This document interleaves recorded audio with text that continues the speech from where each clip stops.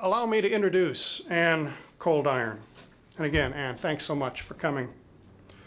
Professor of English at Florida State University, is the author of Canon, Period, and Poetry of, well, Charles-Duc d'Orléans, and the subtitle, Found in Translation, 2000 publication, and English Printing, Verse Translation, and the Battle of the Sexes, 1476 to 1557, 2009 publication. Her research appears in the Yale Journal of Criticism and Critical Readings in Translation Studies, 2010. Her lecture is titled, Printers Without Borders, Historical Issues in the Study of Early Modern Translations. Ann. Please join me in welcoming Ann Coldiron.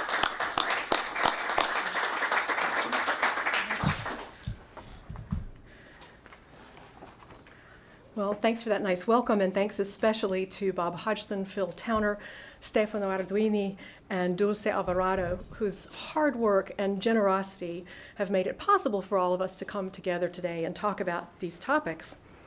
I'd like to start with an overview of this presentation. Let's see. There we go.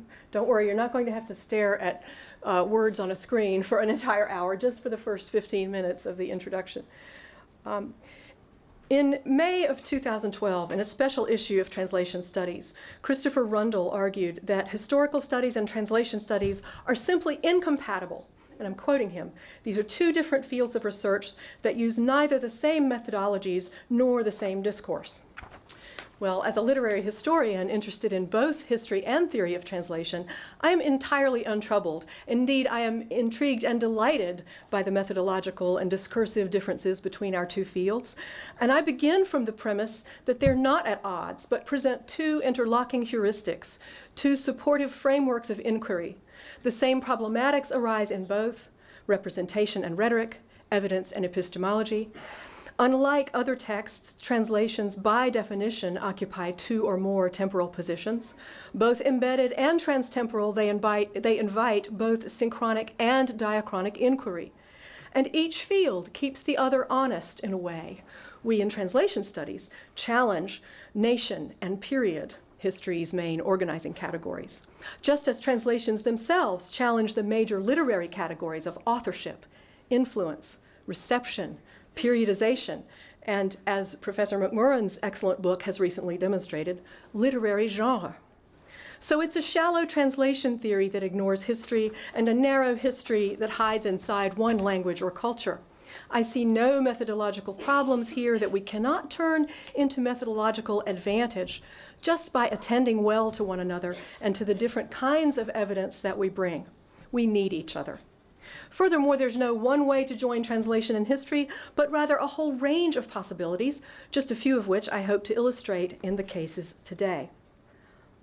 And the cases today will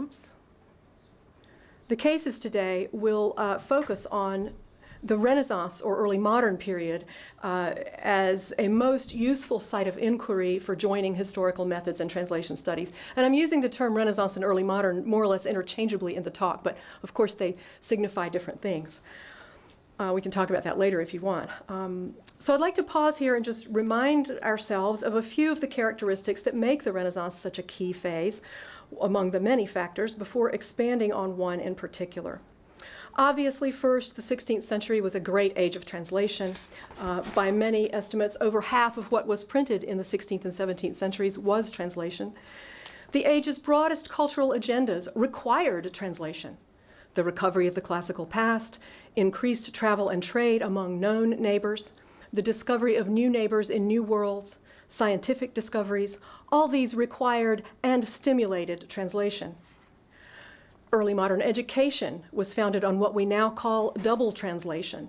Nearly every literate person in England got that way by practicing translation and back translation in a specific process from about the age of 6. The residual multilingualism of law French and church Latin in England, not to mention spoken vernaculars and dialects of several kinds, held their polyglot sway for a full century after the national vernacular had been declared dominant in law and also in fact. Translations aimed to English it all. Furthermore, paratexts attached to the vast early modern translated corpora contained more and more commentary and discussion about translation. This was the era when the translator's preface, which had been rooted in the medieval accessus ad auctores, that very conventionalized space, suddenly flowers into its own subgenre in the 16th century. These translators' prefaces contain rich evidence about theory and practice that is so far largely unassembled. Now, we all know the main high points, Florio, Wilson, Hobie, and the endpoint of Dryden, but there's a whole lot of undiscovered commentary out there in these early modern texts. Why don't we have this available to us? Well, modern editorial habits of suppressing paratexts have made this so, and that's being remedied now with our new digital tools and new archival tools. Especially in the 16th century, translation-related controversies were urgent. Questions of language choice, lexical borrowing and change, the inkhorn term controversies, the meter and rhyme debates that ran throughout the latter part of the century, questions of aesthetic and formal practice in literature, for instance. These were urgent and important questions, all related to translation. More generally, early modern writers saw the power of translation to create and develop national literatures, not to mention translation's role in national spying, national diplomacy, and national propaganda. Plus ça change, plus c'est la même chose. Like other historical phenomena, early modern nationhoods were shaped internally by translation and articulated outside themselves through translation. I won't even mention biblical and theological texts or the Reformation, in which translation has additional centrality and power, as this society knows quite well. Nor shall I note significant advances in Renaissance lexicography, mathematics, and especially cryptography, most relevant to translation. So those are just a few of the many factors that make the early modern period or the Renaissance a kind of a hot spot or key site of inquiry for joining historical and translation studies. And even about these very well-known matters, there's still a whole lot left to learn and discover. But the signal fact I'd like to talk about today is something else, something that involves and underpins all those other factors, and that is itself transhistorical in a way. That is the Renaissance information revolution and its relevance to us in translation studies. Since the late 15th century, when printing became historiographers' primary means of production, favored means of production, we've received our history through printed texts. Although the advent of printing, too, is well studied among historians, we in translation studies have only recently begun to examine seriously the relation between printing and translation, or media and translation. Now, book trade historians do tend to talk about internationalism in the book trades, but what I'm interested in is something much more directly verbal and textual. Certain specific practical facts about the world of early printing link translation tightly with the new technology, and thus link translation studies and history.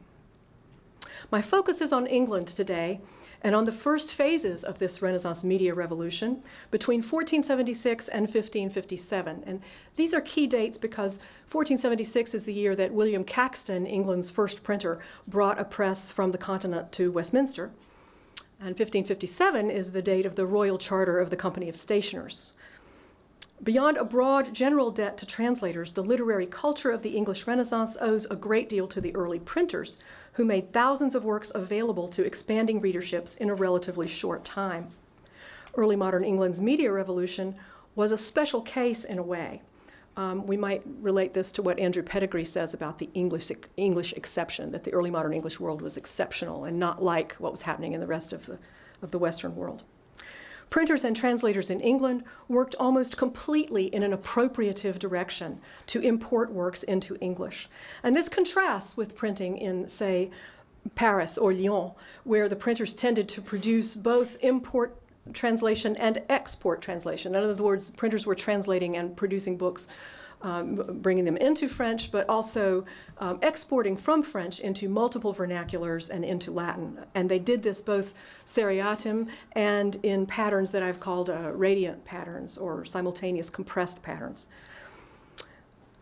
The English situation is really quite different from that of the continent, and it's relatively simple, unidirectional. There are practical reasons for the strong pattern of importation translation in England. Most of England's first and second generation printers were bilingual, polyglot immigrant foreigners. The Act of 1484 encouraged foreigners specifically to enter England as press workers, as printers' apprentices and journeymen, and gave them the right to trade in books without tariffs. Many early printers in England were themselves translators of the books they printed. One thinks of Caxton, for example, a francophone bilingual who learned to print from Dutchmen and Frenchmen in Bruges, Burgundians in Bruges. 80% of Caxton's texts were translated from French. And the deeply Burgundian aesthetic that Caxton established in his printed translations persists throughout the English Renaissance. Likewise, his prolific successor, Wynkyn de Worde, like other printers, Robert Wyer, Robert Copeland, Julien Le Notaire, Simon Vautre, François Regnault, yes, they were working in England. They were francophone printers who translated and then printed the books that they produced. Henry VIII's king's printer, Richard Penson, was a francophone native of Normandy. So that tells you that there's a deep francophone foundation beneath the world of English books, English printed books. Not only the printers and their texts set this foreign francophone weighted foundation for the Renaissance media revolution in England. Their physical equipment, too, came from the francophone continent, right down to the typefaces and the paper itself. Recently, John Bidwell has explained that there was very little paper made in England, native paper, until the very end of the 16th century. But there were so many kinds of French papers that they developed regional names, as we now name cheeses and wines. Oh, let's print that on a Roquefort. Let's print this on some bleu. That tells you the variety and flood of French papers into England. Book aesthetics, typefaces, decorations, bindings, the crucial guidance structures of mise en page, these too came to England in foreign forms. Practically speaking, then, translation was a seamless part of early English book production, right alongside the setting of type, the inking of the leathers, the pulling of the press, the correction, hanging, folding, and quiring of the sheets. Translation and printing were textual co-practices. Theoretically, too, they acted as mutually catalytic processes of textual transformation. And here we might want to bring in, from book history, Randall McLeod's theory of transformation. He sees that the material incarnation of a work carries an implicit hermeneutic, and when textual transmission occurs, transformation necessarily occurs. He's not talking about translation, and yet what he says speaks directly to us. All right, so additionally linking translation and history now, since in England these co-practices were focused on the appropriative Englishing and reducing of foreign materials, as they called it, they enacted an impulse toward nation formation. That too is much studied and well understood by scholars since Richard Helgerson's book, Forms of Nationhood, and is especially known in work by Andrew Hadfield and Claire McAkern and others following them. Yet the foreignness of the English Renaissance media revolution shows us also an irritating, opposing, multilingual and international impulse. Translation practice in the period defies our models of subversion and containment. And so to examine printing and translation together is to change what we think about early modern nationhoods. We will see this friction, especially in the last two cases I have for you today. We will get to the cases very soon. So, if every translation records an interpretive encounter with alterity, then I see as crucial questions for harmonizing historical and translation study something like the following. How in any given text, in any given moment, is the foreign, the other, used, promoted, and valued? And then, in any given historical moment around that translation, how was the foreign other actually used in real life and valued in the culture at large? And what is the relationship between those two valuations, textual and historical, between the way the historical world around a translation used and valued alterity and the way the translated text foregrounds or filters, deploys or derails or denies the foreign? Art is not life, of course, but the same questions can be asked of each, coming with different answers, of course. A relationship between these four elements can be understood. Likewise, every translation is made manifest in some textual medium, whether that be oral, manuscript, printed, filmic, or digital. And as I was making that list of media, I thought, well, why not musical? Why not orchomatical? Since the textual medium is an active substrate and reproducer, co-producer of meaning, medium as meta-language, we can also ask of any translation in the period, what does the textual technology that bears the translation tell us about the use and valuation of alterity? Now, we can develop concepts and subconcepts and tools that join historical translation and translational considerations, and I hope we will. And I can think of tools that serve us already. Walter Ong's idea of residue, again, not designed for us, but speaks to us. Wai-Chi Dimmock's theory of resonance, or MacLeod's transformation. In fact, Lawrence Venuti's powerful, flexible concept of the translator's invisibility is just one such. And from it, we can develop all sorts of tools that are not located in one period. I've recently published an article on something I'm calling visibility, and I hope Larry won't think it's a perversion of his concept. I won't drag you through that, but the point is you can take a great concept and spin off conceptual tools from it that work very well across periods. The visibility of the foreign elements in a medieval codex may have meant one thing, one set of things, but the same visibility in a printed codex 50 or 75 or 175 or 200 years later must mean a very different set of things. So for anything we observe about translation, we want to observe it like the physicists observe particle wave and field theory in itself as a historical phenomenon and in a broader field. So to be useful as transhistorical tools, any such concepts must not be taken for their own sake. Rather, they point to how alterity is handled. We might brainstorm together more about this in the Q&A. I want to know what people in this audience have in mind, what tools might be created, used, what taxonomies might be devised to join these two large fields of study. Now on to the cases. These cases are meant to show historical methods and translation theory mutually enriching and informing one another, although necessarily with different results. The first two cases are of early Tutor books, showing the move from manuscript to printed books, and then the later two cases are of late Tutor, Elizabethan context. We focus on Elizabethan context there. And then I do have a conclusion. It's got sort of a gloomy aspect to it, but I'll try to reduce that. All right, our first case. The Tutor Christine de Pizan offers us an example of how technology itself translates. It's an example of how translation intervenes in the history of authorship and the history of poetics. We're looking at British Library manuscript Harley 4431. This is a complete works of Christine de Pizan manuscript. It's dated about 1400 to 1405, and this folio shows the proverbes moraux, as you can see from the rubricated incipit and also from the running heads. This illuminated miniature features Christine's self-fashioned authorship. And you'll notice that she's instructing four men. The young one in green with the short coat is thought to be her son. The other three are in clerical and scholarly clothing. This is a very unusual characterization for an unusual 15th century woman. Now, Christine de Pizan ran her own scriptorium. To control the means of production is also to be able to self-fashion. The page structure and decoration strategies of this book assert clearly her auctoritas and her authorship. Now, in the manuscript, the spacing, as you see, makes the couplet the main unit of poetic discourse. Each initial is rubricated separately, each a stately gem of aphoristic wisdom to be absorbed on its own terms in a catenary fashion. Anthony Woodville's translation of this into English is verbally very close to the original. Syntactically, it's what we call template translation, and it's full of lexical cognates as well. Anthony Woodville was not only brother-in-law to King Edward IV, but he was patron and evidently some kind of literary friend to the young printer just starting out named William Caxton.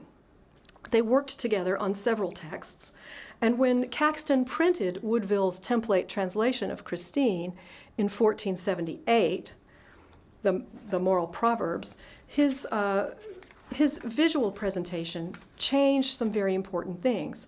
The title you see here does preserve Christine's auctoritas and authorship. He writes a laudatory colophon poem calling her the mirror and mistress of intelligence, so he's not suppressing her in any way. And although this typeface aims to translate what Benjamin, if he had known about this, would have called the aura of script in the age of mechanical reproduction, and although the initial blank you see here leaves space for individual patronage, still, the format allongé you see here and the spacing or lack thereof absolutely ignore the poetic singularity in the rhetoric of the couplet. It ignores the aphoristic value and the encouragement of catenary reading that we saw in the manuscript. And of course, economics plays a huge role in the material part of this translation. But even working without illustrations, as Caxton had to do at that time, the printer and the translator preserve Christine's auctoritas. Likewise, in this 1526 reprint by Richard Pinson, that Francophone King's printer to Henry, the double column format is even more crowded and economical. Despite the translator's careful preservation of the words in each couplet, these printers both produce the thing as a narrative, which it is clearly not. They break the main poetic unit between pages, and yet still preserve Christine's authorship in the paratexts. Now, there are other aspects of material production that matter in this case. I hope you'll ask, if you're interested, about the signifying value of the visual translation from Caxton's Lombard script to the English blackletter, Henrician blackletter we have here.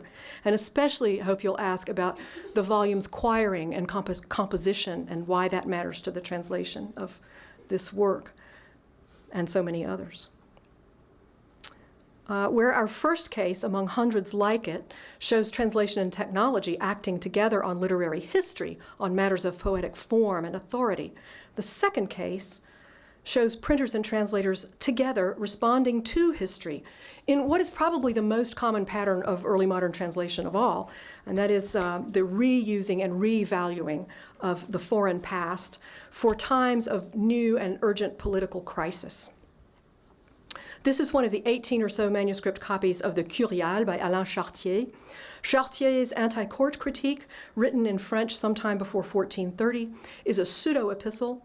It's imagined as a cautionary letter to his brother, and as you see, it's illustrated as such in this Anjou manuscript. The Curial presents a moral critique of aristocratic arrogance, and it was composed near the end of the Hundred Years' War, when an exhausted, chaotic France was maneuvering between England and the Holy Roman Empire. Chartier names no names in his critique, but then he didn't need to. His coterie context was that of the treacherous late Valois courts. The Curial stresses the need to maintain one's personal ethics even at a corrupt court, instead of succumbing to pleasurable temptation or selling out or currying favor. Ideally, the work says, one should stay away from court entirely. The work says this to people at court. Because the work was produced as a luxury item within the patronage system of the late medieval manuscript codex, the elite consumers of this book were the very people whose culture and class are under critique in it. But once translated into English print, the work takes on new meanings in two printings at two different political flashpoints, 1483 and 1549. Now, historians in the audience would perk up at those dates. Those were years of English rebellion, 1483, 1549, good grief. And this is the 1483 version. Our friend Caxton translated and printed this, and he did so in the same year that Anthony Woodville was executed while trying to protect his nephew princes from Richard III. Just as in late Valois France, England in the early 1480s, as Caxton and Woodville knew all too well, was a site of warfare, treachery, court arrogance, and intrigue. The relevance of Chartier's content is obvious, and the English translation is also template translation. But the paratexts of the two English versions shape the anti-court critique differently. Caxton expands the incipit here, naming the author, describing the work, explaining that a noble and virtuous earl asked him to translate it, and saying that he's reduced it into English. Reduced was really not a, it sounds like it's a diminishment, it sounds like it's diminishing the translation, but they intended that to mean organized, clarified, sifted, really, reduced as one reduces a mathematical formula. Caxton writes his own colophon poem as well, here, in a typical 15th century ballade form, with a series of negative anaphoras that highlight the paradoxes of life at court, its necessary doubleness. The ballade is filled with negation and affirmation. It's sort of a giant speech act. There is no danger but vilain. There is no poor man but enriched. There is no pride, no pestilence but in great seigneury. More than Caxton's verbal translation, his paratexts translate the uncomfortable frictions between Chartier's courtly production values and his condemnation of court life. Here in 1549, after the death of Henry VIII, it is Edward VI, not Edward IV, who is at risk. The same work is retranslated by Francis Segar and probably printed by a man named William Sayers, who was struggling at this point. Segar we know better as a psalmist, and his poem In the Mirror for Magistrates is a harsh condemnation of Richard III. So the events of that prior rebellion of 1483 clearly had meaning for this mid-Tutor translator in 1549 during his own year of crisis. We only have a fragment of this book, 3 pages of a duodecimo, but even this shows Segar's motivated amplifications to Caxton's work. As you can see, there's an expanded title set on its own page in a full triquet pattern, and it explains itself as newly augmented, amplified, and enriched by Francis Segar, claiming the translator's prerogative on the title page. He adds a cautionary quatrain, and then on the verso writes his own 20-line prefatory poem that is utterly unlike Caxton's courtly colophon ballade. You can see that Segar's is in a common meter, A-B-A-B. It's not quite hymnal meter, but it's close. Cross-rhyme quatrain stanzas. It's mostly a cautionary meditation against Fortuna, but it ends with this pointed topical quatrain. All you that are called unto any high place, be true unto your anointed king, he means Edward, and call unto God to give you the grace so to continue to your lives ending. Amen, in uppercase. The Protestant printer and translator give this work new meaning in light of Kett's rebellion, the Western risings, the prayer book controversies, and the struggles around the Somerset protectorship of 1549. So the new medium here makes a real difference. In French manuscripts, the Curial enjoyed the privacy of coterie readerships that would locate it safely in the speculum tradition of aristocratic advice literature. A letter from a brother, an individual counsel to young nobles. In manuscript, the critique of court would have been informative and sobering for the royal reader, cautionary to aspirers at court, consoling to some courtiers, and perhaps corrective to others. However, when translated into commercial print at mid-century, it would have reached many more readers not present at courts, and those whose relation to the court was not aspirational but alienated, distant, oppositional, rebellious, taking up arms. In other words, translated not just into the new medium, but into the new medium's energized distribution systems of the Tudor mid-century, this anti-court letter takes on the character of an expose, activated in the world outside and below the court, and thus necessarily more critical and politicized when it's remediated. So that most typical pattern of retranslation and reprinting often highlights the topical potentials in foreign texts. Translation relocates, but it also rehistoricizes. The translators and printers see and promote the present value of the foreign past. This case also shows the capacity of Chartier's old critique to speak truth to power in some radically different contexts. Okay, on to the Elizabethan cases, with different things to teach us about Renaissance translation and its relation to history. This is the title page of the first translation into English of the Book of the Courtier, Thomas Hoby or Hobby's famous translation. There's a trend now to call him Thomas Hobby. This was also printed by William Sears, by this time much more prosperous, as you can tell from the engraved title page. Castiglione's Il Cortigiano was already, by this time, one of the most important books in Europe. Beginning with the Aldine edition of 1528, it saw at least 125 editions before 1610 in 6 languages, as Peter Burke, Daniel Javich, Amadeo Quondam, and many other scholars have shown. It would be hard to overstate the resonance and impact of this book on European culture. This is the book that sets out how men and women are supposed to behave not only at court and toward the monarch, but toward one another. More than a conduct book, The Courtier explores a philosophy of personal and social identity. It creates a politics. Although it speaks of an elite court-centered culture, in England it was read by elite and non-elite people alike. This is the book that gave us many of our modern ideas about power and powerlessness, and about how to deal with the powerful, about gender, about talent and what makes a well-rounded person. This is the book that gave us the idea of sprezzatura, that attitude of graceful ease that makes difficult accomplishments seem relaxed and natural. This is the distant ancestor of our idea of cool. Now, the modern inheritance is another topic, but in the 16th century, translations of The Courtier were everywhere. Although 2 generations of English readers had had this book mostly in French and Italian, Hobby Englishes it at mid-century, and it was printed in 1561, and you see the title page. Like most Tutor translation, this is appropriative in direction and purpose. Here's what Hobby says of his translation. He says that he makes it to store the language, meaning to stock the language. He says, so that we alone, meaning we in England alone, may not be still counted barbarous in our tongue, as time out of mind we have been in our manners, the barbarous English. I'm living in London this semester, and they don't seem barbarous at all to me. I'm the barbarian there. Hobby goes on to say, I know not by what destiny Englishmen are much inferior to most other nations where language and learning are concerned. And he's talking about the lack of translation. And he encourages every learned person to make some translation, please, and do it now. He says that translation is learning itself. Yet despite this stated aim, many valued Hobby's translation as what I might call prophylactic translation that would prevent what was feared to be an unhealthy and diseased contact with the foreign. We think first here of the strange commendation of Hobby's Courtier in Roger Ascham's book, The Schoolmaster.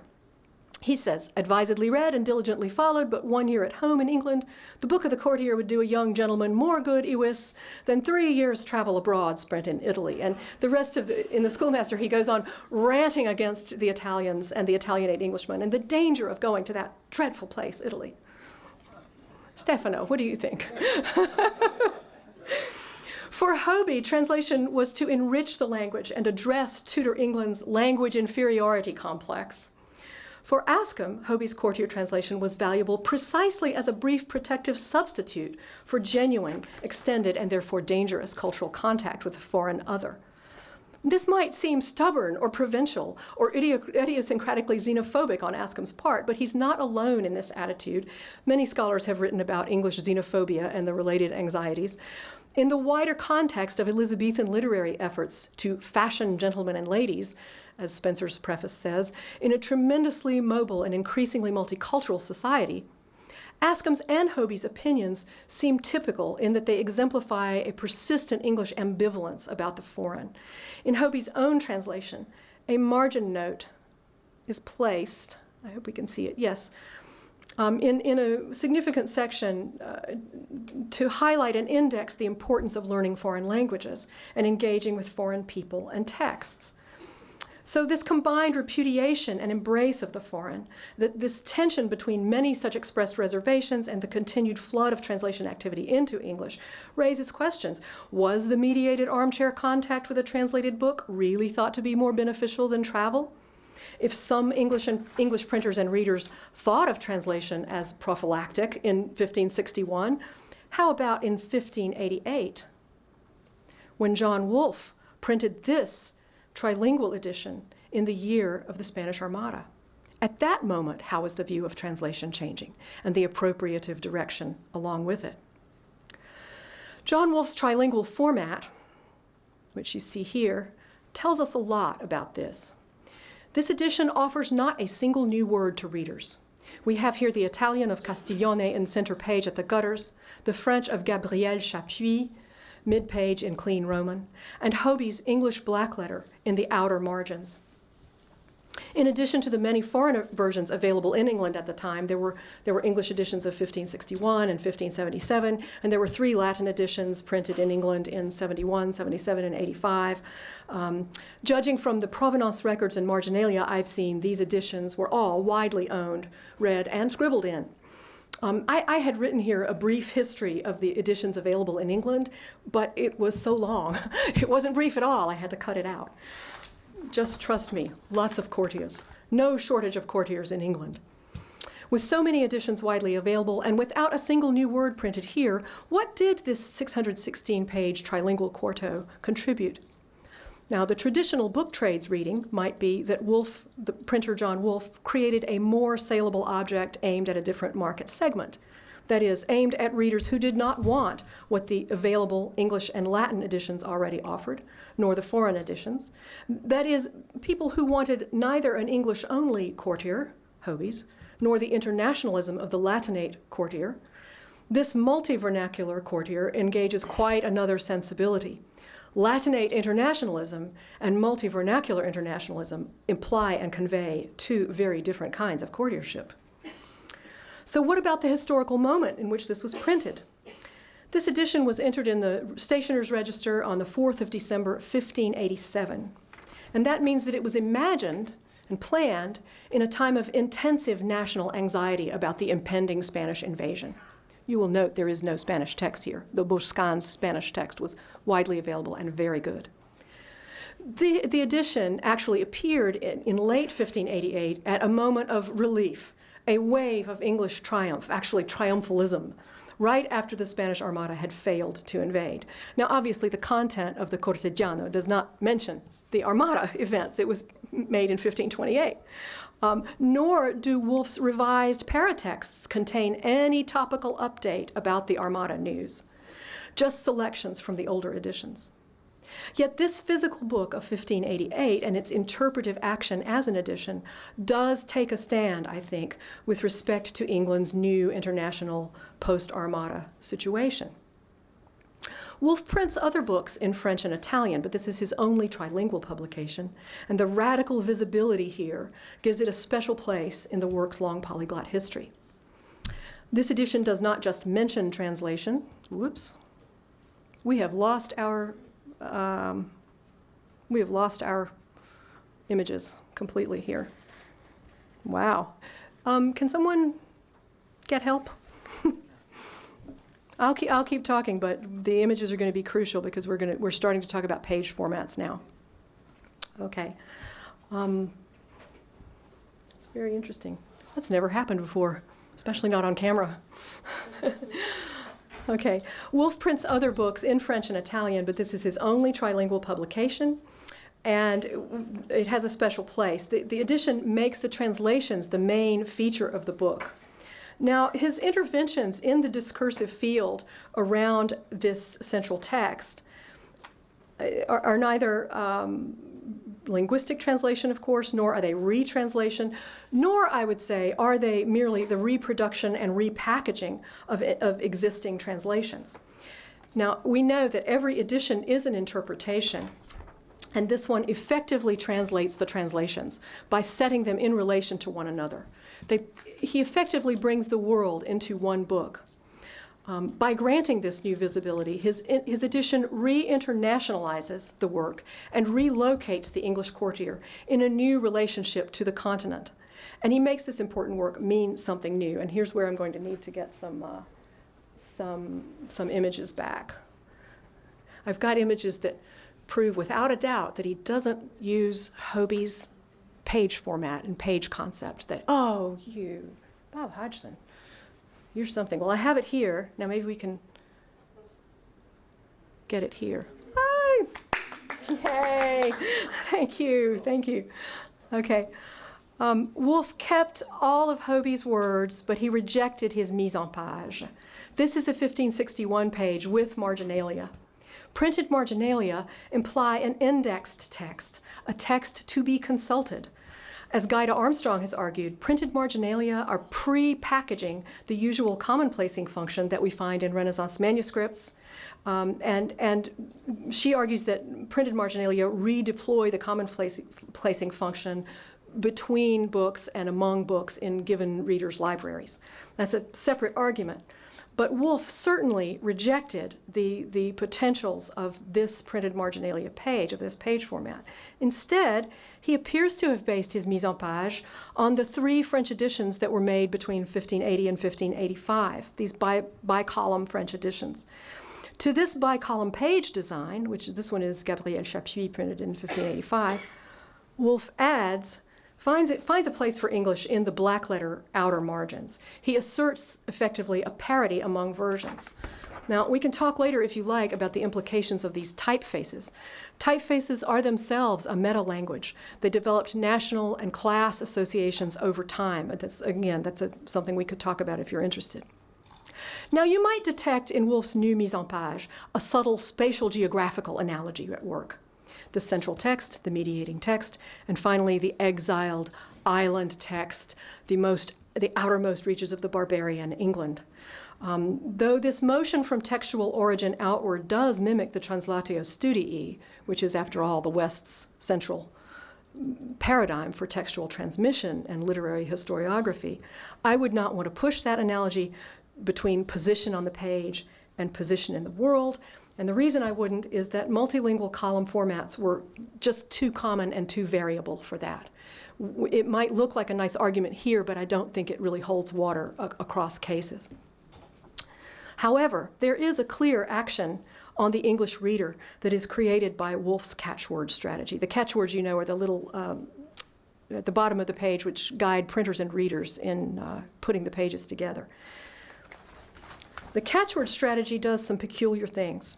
In any given page opening, the English reader's eye must move down the outer verso column, that's the left-hand column, down to the bottom, to this point, and then up and across a continent of French and Italian and Central Italian and mediating French, back to the outer recto to continue reading in English.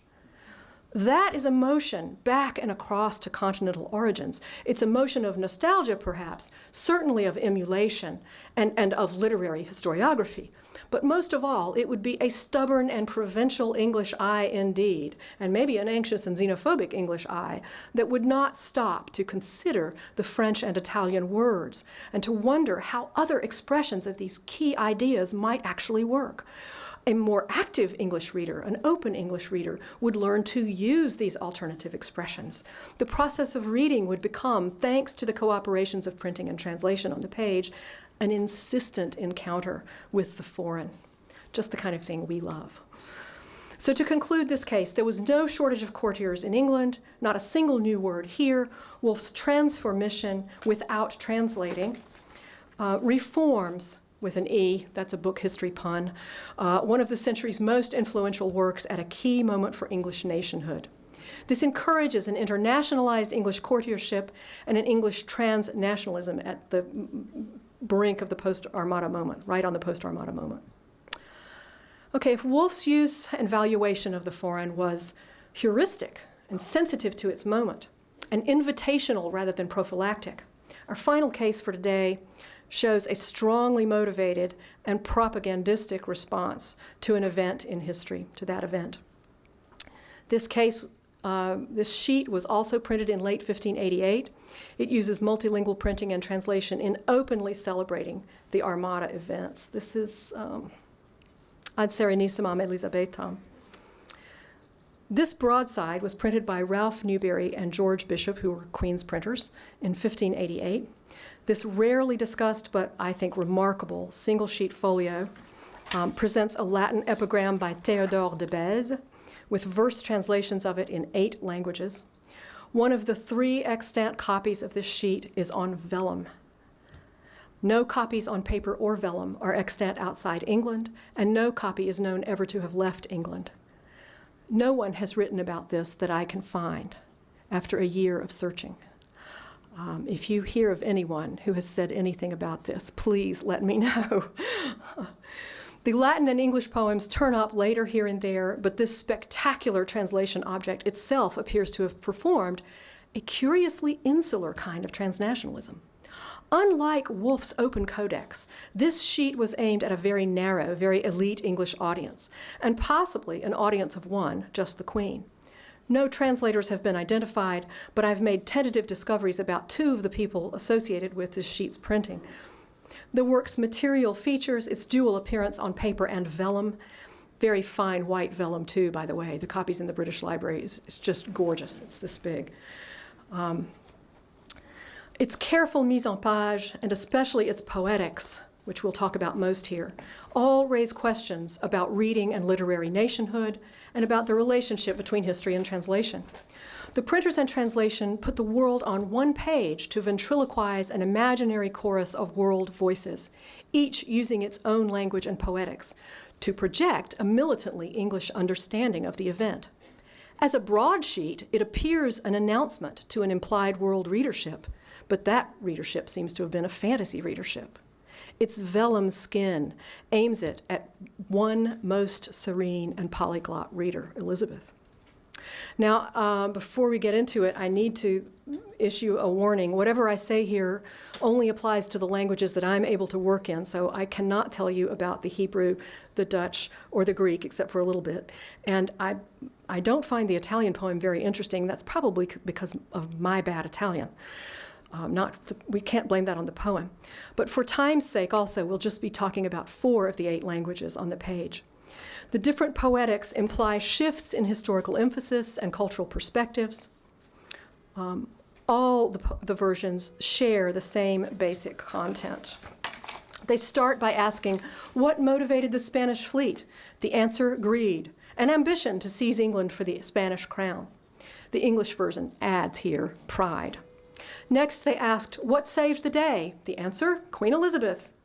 Not a single word about the weather, except that the wind and waves did serve Elizabeth. No kidding. And finally, a long May She Reign section finishes up, and that section varies, interestingly, among versions. They're all triumphalist, but each stands in relation to its own poetic tradition. This is the mother poem, the Latin epigram by Théodore de Bèze, and we're going to look closely at it in just a moment, but I just want to go through the sheet itself. The English is notably not a sonnet, but a set of 4 iambic pentameter seizains.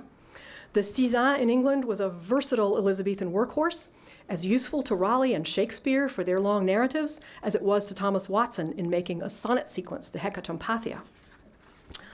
The main device in English that departs from Beza's Latin is, unfortunately, alliteration. And as you can see, the Spanish fleet did float in narrow seas and bend her ships against the English shore. It's not wonderful.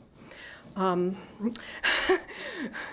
Dutch poem is a sonnet, and I can't read it, but we can thank Roger Kewen, who can read it, and who told me that the poem uses vivid Dutch-inflected seagoing metaphors.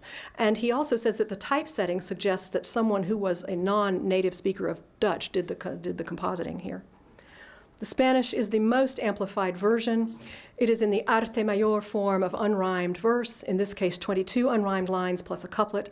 It's a special syllabic form, the arte mayor, 11 or 12 syllables with the penultimate syllable heavily stressed. This verse form contrasted with the arte menor short line verse, which was more common and less formal. The arte mayor occupies a particular position in the Spanish literary system of its day. This was the form Boscan renovated from the 3-stress pattern medieval chivalric verse line. He brought it out to become the highest, most elegant Renaissance form in Spain, and the choice of this form for this sheet points to Spain's new cosmopolitanism, which, of course, is not unproblematic in this context. I think we could also listen to the motion of the new arte mayor line. Its motion being a long suspense, strong emphasis and fall, suspense, emphasis, fall. Something like what must have been the experiential arc of the Armada events themselves from the Spanish view. The arte mayor form is trendy, it's forward-looking but also backward-looking with an elevated register and a real formality and seriousness. Then on the page we have a Hebrew epigram and a Greek epigram, and I thank here Mark Schachter for pointing out to me that these ligatures are just as finely done as the puns in the poem are done. The Italian signaled as an eloquent vulgarization, perhaps a deep gesture to Dante, I don't know. The French is a very skillful poem. It's a sonnet en alexandrin, rime embarrassée, and it reminds me most of the long line sonnets in Du Bellai's Antiquité de Rome sequence. This compact French poem adds a miniature allegory, adds several classical allusions and some really good phonetic effects. It is a Pléiade-style sonnet, and that means that in 1588, this poem would have looked very snazzy indeed to English readers who had not yet experienced the great sonnet craze of the 1590s. But in the French literary system, it would have been on the moldy side of classic, if not completely backward-looking. I mean, in 1588, the only Pléiade poet still living was Baïf. At the bottom, you see a little epigram to the author, probably from the translator. So the translators chose signifying forms in each tradition. Clearly not just any epigram would do, nor would experimental odes, nor arte menor short lines. These poems are clearly not just cribs for monoglot foreigners. Some more than others, each displays its own high culture engagements and pretensions. And oddly, the English displays the least of those. Let's look more closely at how each version shifts slightly the political and historical emphasis. Théodore de Bèze was not just a prolix theologian, but, as Anne Prescott has pointed out, an accomplished Neo-Latin poet. The translations each adapt his techniques, his use of repetitions with contrast, his use of paradoxical ploqué, his use of parallel relatives and repeated verbs, and even a little sound play, unusual in Latin. The translators imitate his flashy antithesis and his antimetabole, all trying for the wow factor of those chiastic structures in the final lines. Readers of Latin would have certainly seen its many rhetorical colors, which the translators tried to convey too, each in its own vernacular. The content of each version also varies subtly where the monarchy is concerned. Elizabeth, for one thing, is not quite the same queen in each version. From the singular glory of all the world, we get a sacred queen, praise of the world, which is not the same thing as an uppercase queen above all others blessed, nor is that an Italian wise queen who is also not exactly the peerless queen pearl of the universe. Now this French line, Reine sans père, perle de l'univers, is of course phonetically lovelier than the others, well, than most of the others. Saggia regina is not bad. And it uses this French line, the very phrase that was used to speak of French royal women, as in Jean Vesu's sonnet to Marguerite de Navarre, or Flaminio Birag's poetic dedication to Marguerite de Navarre. The Pearl Queen Marguerite and Queen Elizabeth, of course, were joined in the Protestant imaginary. Certainly, it's a more luscious line than O Queen above all others blessed. Also, the vernacular translations retain the Latin poem's antithetical closing structures, but the Queen's relation to her subjects and England's relation to the world are cast differently in each language. Beza's Latin hopes chiastically that she and England will have a long and fruitful relation to one another. In French, Sois longtemps à l'anglais is not too much different. The Spanish amplifies to 3 lines, and the English italicizes. Now, the French laissez hopes that she and the English will be left to each other. There's a little minor slam possibly there. The Spanish gozer captures what's in fruaris somewhat better. But tus vasallos, that your vassals will please you and you them, well, that certainly clarifies the relationship between monarch and subject, with more than a trace of lingering feudalism. This is really not the kind of Queen Elizabeth imagined herself to be. The translations construct different distances between monarch and subject, and the Spanish spans the greatest distance. Most versions also retain the Latin moral categories of bonis et malis. The hope is that Elizabeth will be as much a delight to good people as a terror of evil ones. In Spanish, siendo del bueno amada y tan querida, cuanto del malo tu virtud temida, preserves the moral categories and adds that it's her virtud that will be loved by the good and feared by the bad. And of course, virtud is a perfect tag for the female monarch who said she had the heart and stomach of a king. A difference in the French, effroyable méchant des vertueux aimés, hopes she will be scary to the mean ones, Les méchants, they're not quite as evil as los malos, are they? And that she'll be loved by the virtuous.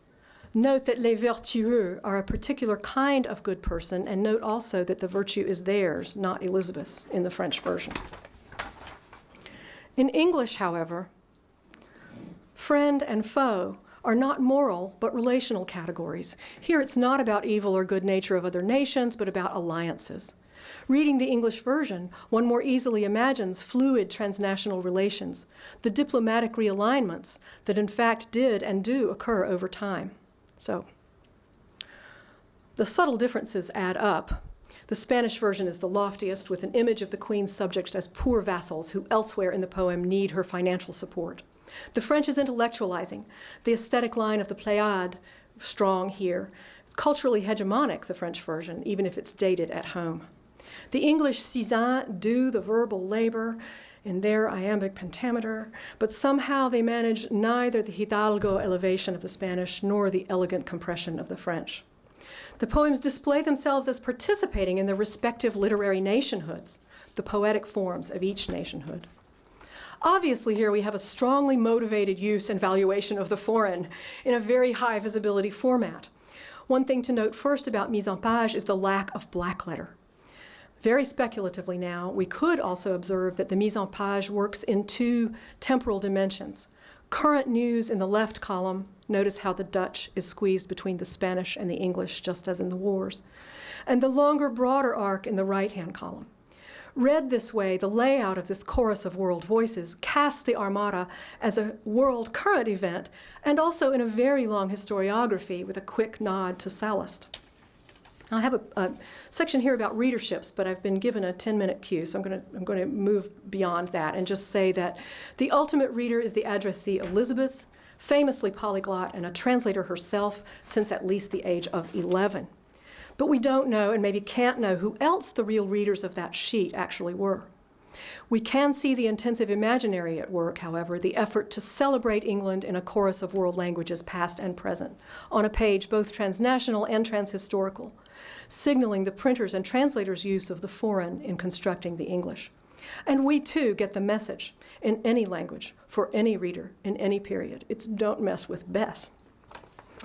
So, to conclude now, in connecting translation and history, if we aim for conceptual tools that are adaptable transhistorically, and if we keep an eye on the how of translation, especially to include interaction with media substrates and the interaction of the substrates with the linguistic text they carry, then we can discuss our material with translation scholars in any period, with historians, and with interested people outside those fields too, because every text comes to us in a substrate of some kind. And now the gloomy note. I think a much bigger problem than how to integrate historical study and translation study is how to integrate translation study into institutions. The long-term health of translation study depends on the quality of foreign language curricula, which in turn depends ultimately on the legislatures that vote on education funding. The health of cherished things in our world, far outside translation studies, also depends on this.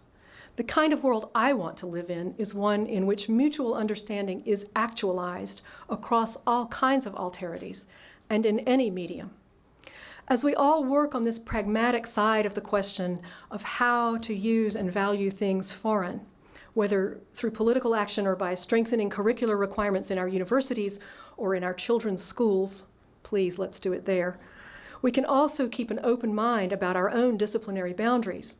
Just as the early printers and translators found, a boundary need not mean a halt, for it also locates a conjunction, a contact, a generative place. I hope the disciplinary line between historical and translation studies can be so for us too. So let us not be diverted by false methodological borders and binaries. Let us continue to learn each other's methods and develop new conceptual tools. Let us play in these fields. Let us pose the shared questions at the heart of our work about the use and valuation of the foreign and about ever-changing encounters with alterity. Let 1,000 methods bloom. Thank you.